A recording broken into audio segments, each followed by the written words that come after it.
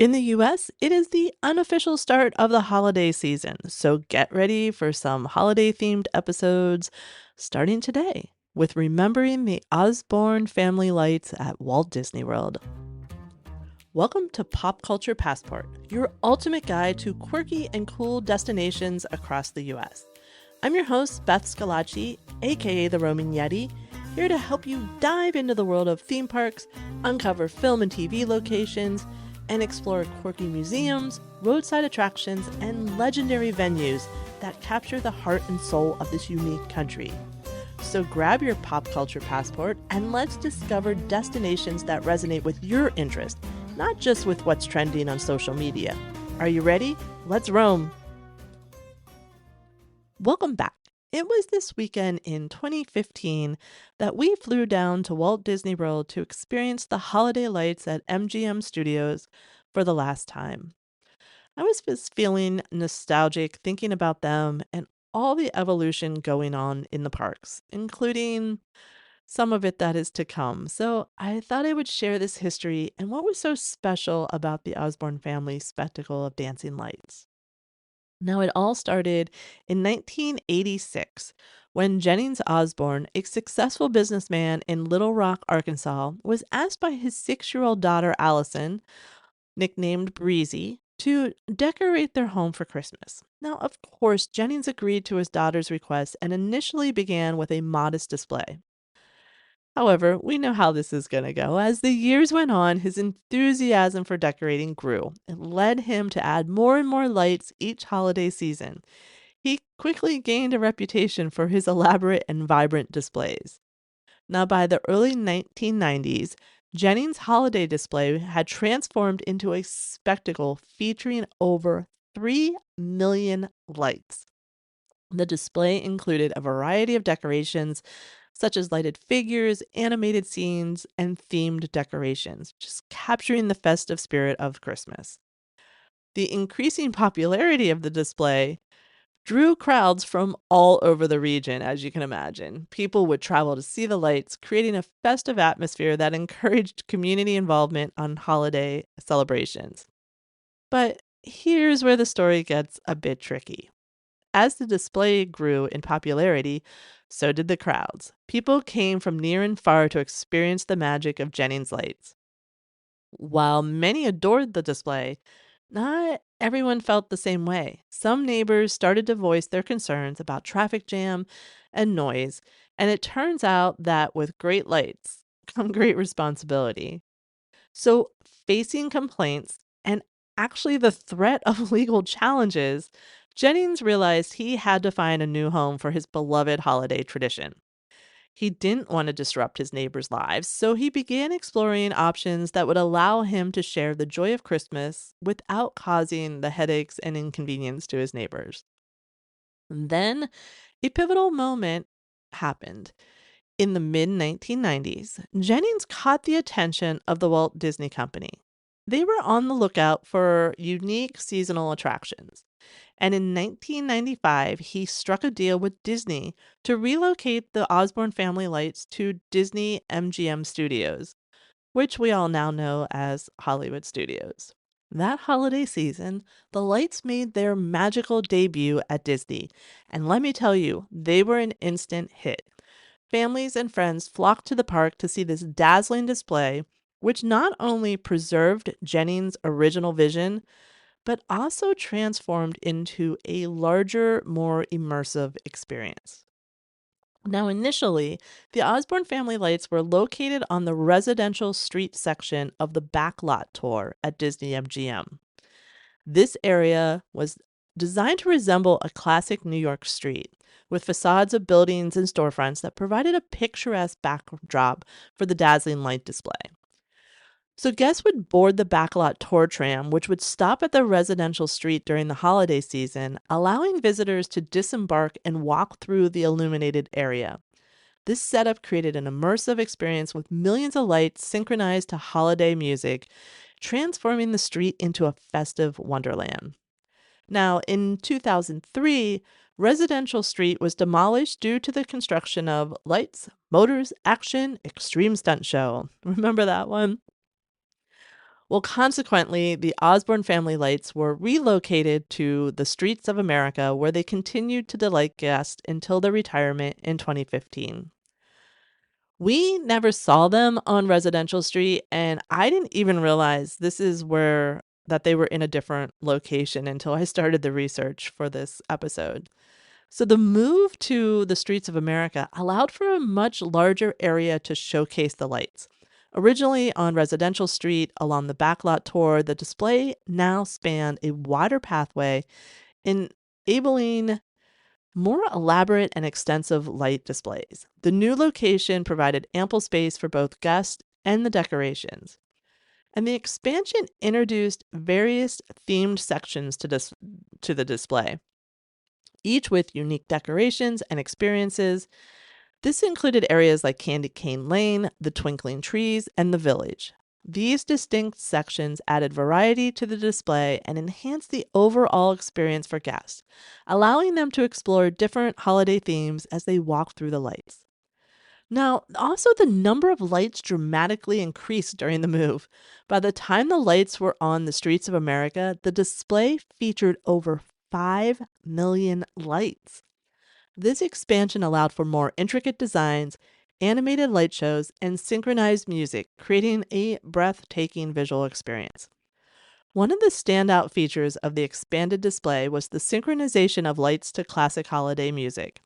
The lights would twinkle and change patterns in time with songs like Jingle Bells, Frosty the Snowman, and Joy to the World.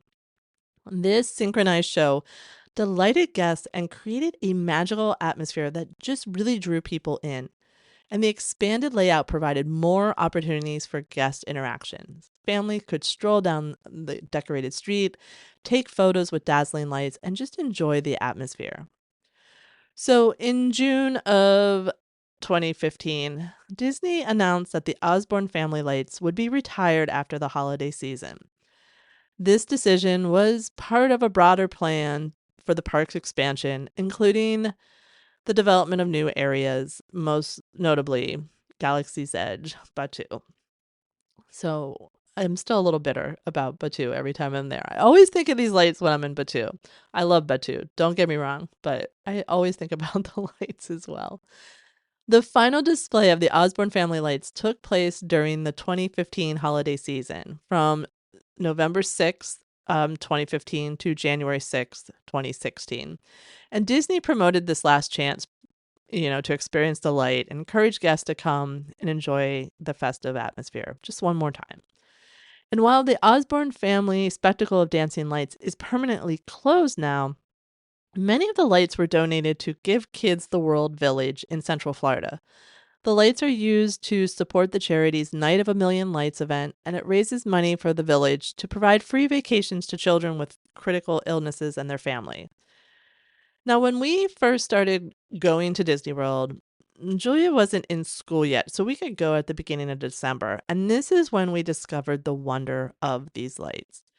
And I was used to seeing big displays of lights. A lot of times you drive through them, but I never experienced them at the sheer magnitude of Osborne lights. And here's the thing, there were millions of lights, but it was just done in such a cool way. Like it wasn't overdone or tacky. And the way they were displayed in the backlot streets, it just brought this extra special feeling. Like you felt you were walking down a city street at night. So imagine standing in front of this sea of lights that pulse and twinkle in sync with your favorite holiday songs. Like the dancing lights were just one of the most beloved features of the Osborne Family Lights. And each night, these lights would flash and change color and rhythm to, a carefully curated playlist of classics. And you always just felt like a kid staring at these dancing lights. They were just so beautiful and so fun. And just massive. Like one of the display's centerpiece was this huge globe with a peace on earth sign on top of it. And it said Merry Christmas in front of it. And it had angels that, the wings looked like they were alternating. They were moving because of the alternating lights. As you walked around, you could look for hidden Mickeys and displays, just giving you one more thing to keep an eye out for. Now, one of my personal favorite displays was in one of the corners. You could see a sign made from lights that said Tony's, and on the ground was a table set up with a meal for the very special couple of Lady and the Tramp. It was just so cute. I loved it. Disney details at its finest. And of course, a holiday Disney event wouldn't be complete without some Snope falling from the sky. There's just something magical about Snope, even being from a state that actually gets real snow. But as I mentioned, when we heard it was the last year for the lights, we decided to book a trip down there over Thanksgiving break. And I'm so glad we did. It was such a special night to experience the lights and be with others who love it so much. Yeah, I may have shed a tear or two or three. I mean, that surprises none of you, right? And with so many things with Disney, I love being in a place with a lot of people, knowing that we have at least one thing in common. Now, I know some people don't get that, and they look down their nose anytime you mention a Disney park, but you get me, right? The weekend was extra special because we took my parents and were able to surprise them with going to the Christmas party at Magic Kingdom. Going through the pictures, prepping for this episode was so much fun, and I miss those lights so much. That weekend was definitely a core memory for me. I'm definitely glad that the lights are still being put to good use, but man, I would love to see them somewhere on the resort again. But where? Like I started thinking like where else could you put them? Now the first place that pops into my mind is at Disney Springs. Look, I know it's crowded there during the holiday seasons, but how cool would it be to see them there? I mean, they did the drone show. It there has to be somewhere that it would work, right?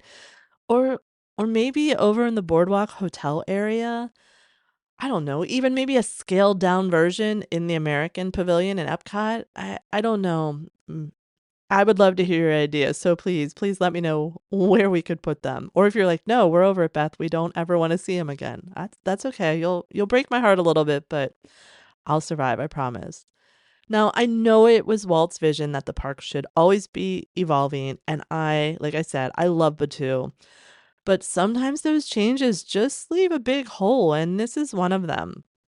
And later in December, I'll be talking about another change that's gonna leave a big hole in my heart, but, I I'll go on. So, have you did you see the lights when they were there? Like, what was your favorite thing about them? Where like I said, where should we put them now? Click on the send us a text link in the show notes and send me a text. Let me know, what you liked, what you didn't, where they should go, or anything else. So, in this week's Yeti Pop Pick, I want to mention a movie called Will and Harper. It's a documentary that takes you on a 17-day cross country road trip with Will Ferrell and his longtime friend, writer Harper Steele. Now, Harper, you may or may not know from her work with Ferrell on Saturday Night Live, but Harper recently came out as a trans woman.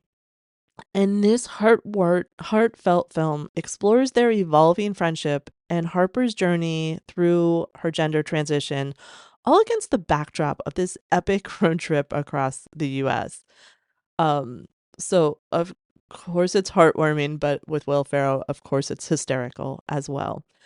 And it's not just a road trip movie. I watched it for the road trip movie, but what you really get out of it is a story of love, acceptance, and the power of connection. In a time when the world feels so divided, this documentary really reminds us of what can happen when we approach one another with understanding and open hearts.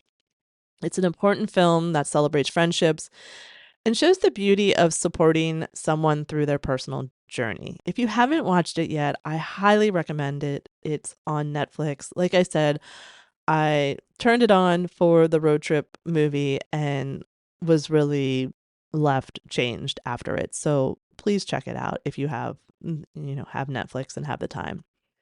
So with that, we add another stamp to our pop culture passport. I hope that this episode inspires you to get out and explore all that is quirky and cool, even in your own backyard. Follow, download, and subscribe. so you don't miss future episodes. Tell a friend, leave a review if you like what we're doing. It really helps to grow the show. You can also follow me on Instagram or Facebook. Just search for The Roaming Yeti. Keep roaming and keep finding your fun.